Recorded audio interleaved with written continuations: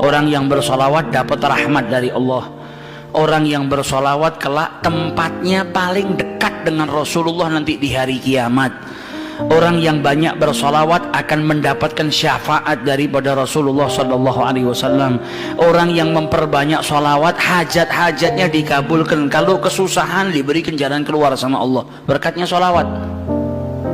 Berkatnya solawat itu macam-macam. Yuqdhal hawaij, dia punya hajat yang banyak. Kalau dia perbanyak solawat kepada Rasulullah, hajat-hajatnya dikabulkan oleh Allah Subhanahu Wa Taala.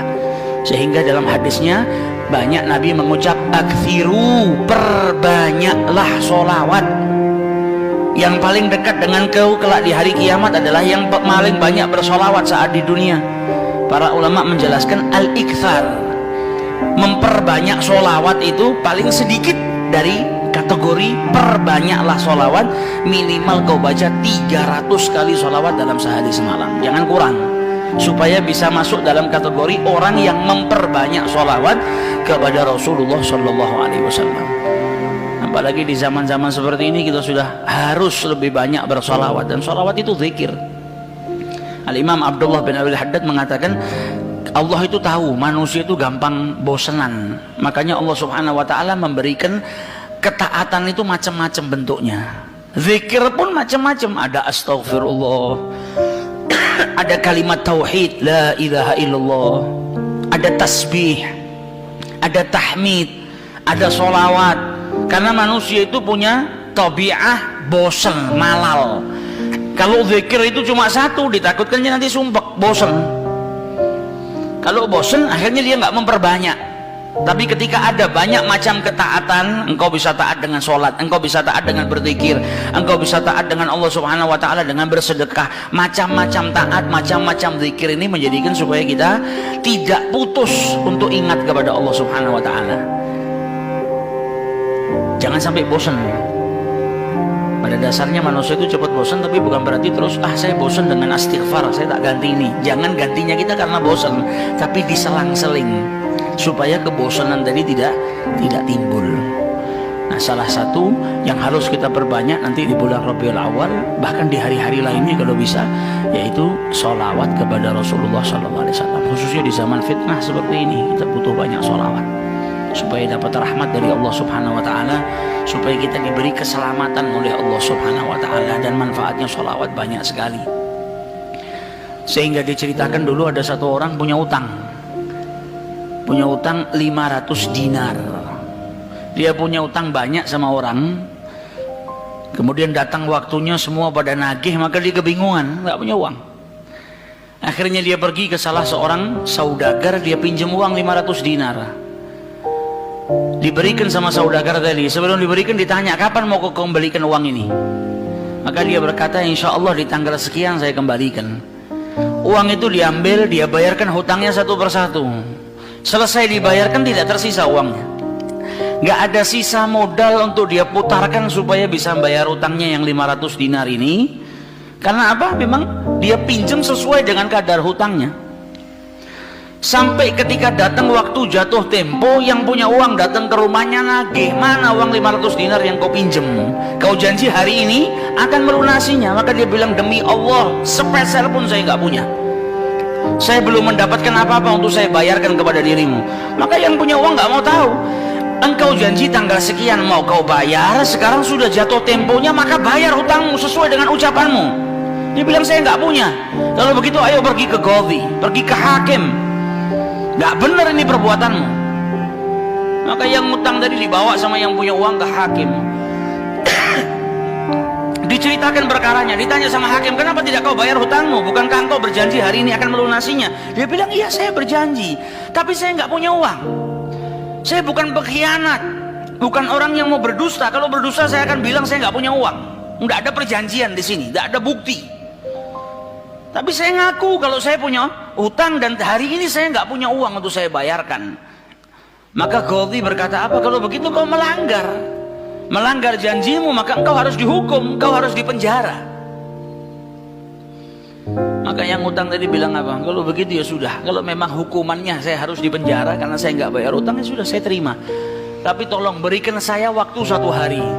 Saya mau kembali ke rumah saya mau izin dengan istri dan anak-anak saya. Besok saya akan kembali ke sini lagi dan masukkan saya ke dalam penjara. Maka sang hakim berkata apa? Bagaimana mungkin saya bisa percaya dengan dirimu? Siapa yang menjamin dirimu? Kalau ada yang menjamin kau bakal kembali ke sini, maka saya lepaskan. Dia bilang, ya Ghadhi, kalau saya niat lari, sudah dari kemarin-kemarin saya lari. Kalau saya niat lari, saya nggak datang ke sini, maka percayalah saya akan kembali di esok hari. Maka kata Ghadhi, jaminannya apa? Akhirnya lelaki tadi bilang apa? Jaminannya yang menjamin saya adalah Rasulullah SAW. Maka sang hakim bingung. Maksudmu yang menjamin Rasulullah ini bagaimana? Dibilang, ya hakim, kalau saya besok nggak kembali ke tempat ini, saya bersedia ditolak menjadi umatnya Nabi besar Muhammad SAW. Ini tidak main-main sumpahnya. Dan ini bukan sembarang orang, memang orang yang soleh. Dia bilang, berikan saya waktu sebentar, saya kembali kepada keluarga saya pamit dengan istri saya, besok saya kembali. Saya bersumpah dan saya siap dikeluarkan dari umatnya Rasulullah, nggak dianggap sama Rasulullah kalau sampai saya berdusta. Maka si hakim tadi mendengar sumpahnya seperti ini, akhirnya dipercaya. Kalau begitu kembalilah. Maka dia kembali ke rumah, dia ceritakan kepada istrinya, dia minta izin sama istrinya, suamimu ini mungkin besok di penjara karena nggak bisa bayar utang. Kata istrinya, kalau kau dihukum penjara, terus apa yang bisa membuatmu keluar sekarang ini? Kok tidak langsung di penjara, kok bisa kembali ke rumah? Kata suaminya, karena saya mendapatkan jaminan. Dari siapa? Dari Rasulullah. Dia ceritakan, saya bersumpah kalau saya nggak kembali di esok hari, saya rela tidak dianggap sebagai umatnya Rasulullah SAW. Maka istrinya berkata, selagi engkau ini mendapat jaminan dari Rasulullah, atau kau menjaminkan Rasulullah SAW, maka ayo kita perbanyak sholawat. Semoga Nabi besar Muhammad SAW benar-benar menjamin dirimu. Sholawat itu manfaatnya besar. Sholawat ini berkahnya luar biasa. Maka si suami sama si istri kemudian diperbanyak sholawat, membaca sholawat yang sangat banyak sampai mereka akhirnya tertidur. Yang laki yang punya utang tadi ketika tidur mimpi berjumpa dengan Rasulullah SAW. Dan Nabi dalam haditsnya telah bersabda, man ra'ani faqad ra'ani haqqa. Siapa yang mimpi berjumpa dengan diriku, maka sesungguhnya itu aku. Karena syaitan gak bisa menyerupai Nabi besar Muhammad SAW. Dan orang yang dalam hatinya ada mahabbah, orang yang rindu, orang yang membersihkan dirinya, orang yang memang benar-benar ingin berjumpa dengan Rasulullah SAW, akan diperjumpakan oleh Allah Subhanahu Wa Taala dalam mimpinya ataupun dalam keadaan yaqdzatan. Karena Nabi pun menjelaskan ada orang-orang yang bisa melihat Rasulullah SAW dalam keadaan sadar. Sebagaimana dulu diriwayatkan ada seorang santri kepingin ketemu sama Rasulullah, pingin mimpi. Tanya sama gurunya, sama kiainya, ajarkan kepadaku caranya mimpi ketemu Rasulullah itu bagaimana. Kata kiainya, apa? Gampang. Nanti malam kau makan ikan asin yang banyak, setelah makan jangan minum, kau tidur. Maka dia bingung, apa hubungannya ikan asin dengan mimpi ketemu Rasulullah? Praktekkan. Ini kiai mau mendidik santrinya yang betul-betul kepingin berjumpa dengan Rasulullah, pingin mimpi dengan Rasulullah SAW. Maka malam hari datang, dia makan ikan 1 piring, setelah itu nggak minum, tidur. Bangun tidur, dia pergi ke gurunya, marah, mana saya nggak mimpi ketemu Rasulullah. Kata gurunya, apa yang kau impikan? Kau mimpi ngelihat apa? Kata santri tadi, saya mimpi ngelihat laut, ngelihat sungai, ngelihat hujan, ngelihat air terjun. Kata gurunya, karena sebelum tidur yang kau rindukan adalah air. Kau makan ikan asin sehingga kau kehausan. Yang kau rindukan dan kau dambakan air. Maka apa yang kau rindukan dan apa yang kau dambakan datang dalam mimpi.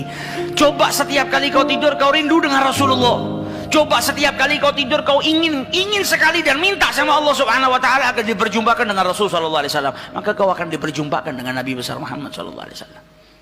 Nah, ini yang diajarkan sama para ulama. Ini yang punya utang tadi mimpi ketemu Rasulullah SAW. Dalam mimpinya apa kata Rasulullah? Kau jangan takut, jangan gelisah. Orang yang mahabbah, baca sholawatnya bukan sekedar baca, tapi baca dari lubuk hatinya, baca dengan penuh kecintaan. mimpi berjumpa dengan Rasulullah, dan berkahnya sholawat tadi bisa menyelamatkan orang, hajat-hajatnya bisa dikabulkan, dapat pertolongan dari Allah Subhanahu wa taala. Maka dalam mimpinya Rasulullah bilang apa? Besok pagi kau pergi, idhab ilal wali, pergi ke gubernur di tempatmu itu, bilang sama gubernur tadi Rasulullah mengucapkan salam kepadamu, dan sampaikan kepada si gubernur kalau setiap hari dia bersolawat kepada Rasulullah sebanyak 1000 kali, itu solawatnya sampai kepada Nabi Muhammad. Dan sampaikan kepada si gubernur, tadi malam dia itu kebingungan baca solawat sudah 1000 atau belum, ada salah dalam menghitung sehingga dia itu gelisah, saya sudah 1000 atau belum. Maka sampaikan kepada gubernur itu bahwasanya solawatnya sudah sampai 1000, jadi dia nggak perlu gelisah. Bangun dari tidur, dia mau kembali ke gauli, tapi sebelumnya dia pergi ke wali, pergi ke gubernur tadi. Sampai di rumahnya gubernur, dia sampaikan, wahai wali, wahai gubernur, Rasulullah menitipkan salam kepadamu. Kaget dia.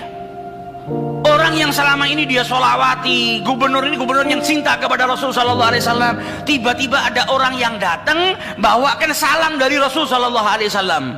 Nabi Muhammad berkata kepadamu, wahai gubernur, solawatmu yang kau baca 1000 kali setiap hari sampai kepada Rasulullah. Dan tadi malam ketika engkau kebingungan solawatmu itu sudah 1000 atau belum, ternyata sudah 1000. Nabi ngabarkan kau jangan takut, jangan gelisah, karena solawatmu seperti biasa, istiqomah kau baca, jumlahnya sudah 1000. Dan Nabi Muhammad minta engkau bantu diri saya untuk melunasi hutang.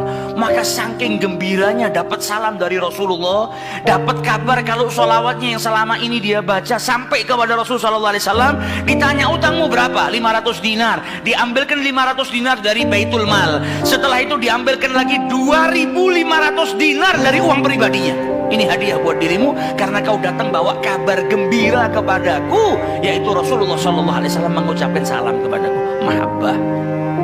Kita belum tentu, kalau mungkin andai ada orang yang mimpi berjumpa dengan Rasulullah, kemudian Nabi mengucapkan salam kepada kita, belum tentu kita bahagia sampai bisa mengeluarkan harta seperti itu. Tapi orang-orang yang mahabbah, kecintaannya sama Rasulullah luar biasa. Maka dia pulang dari rumahnya si gubernur tadi bawa uang 3000 dinar, utangnya cuma 500 dinar. Berkat sholawat dia bisa melunasi hutangnya. Maka dia pergi ke rumah qadhi, sebagaimana janjinya dia akan kembali. Dia ketuk pintu rumah qadhi, maka qadhi tadi ketika buka pintunya langsung memeluk orang tersebut, nangis yang luar biasa, dan berkata apa? Alhamdulillah, berkat dirimu tadi malam saya mimpi ketemu Rasulullah Sallallahu Alaihi Wasallam. Kata Rasulullah apa? Kalau engkau membantu orang yang punya utang itu untuk melunasi hutangnya, maka aku akan membantumu kelak di hari kiamat. Diambilkan uang 500 dinar diberikan kepada orang tersebut. Sampai qadhinya pun diimpiin sama Rasulullah Sallallahu Alaihi Wasallam. Keluar dari rumahnya qadhi bawa uang berapa? 3500 dinar. Dia pergi ke tempat orang yang dia utangi mau bayar utangnya.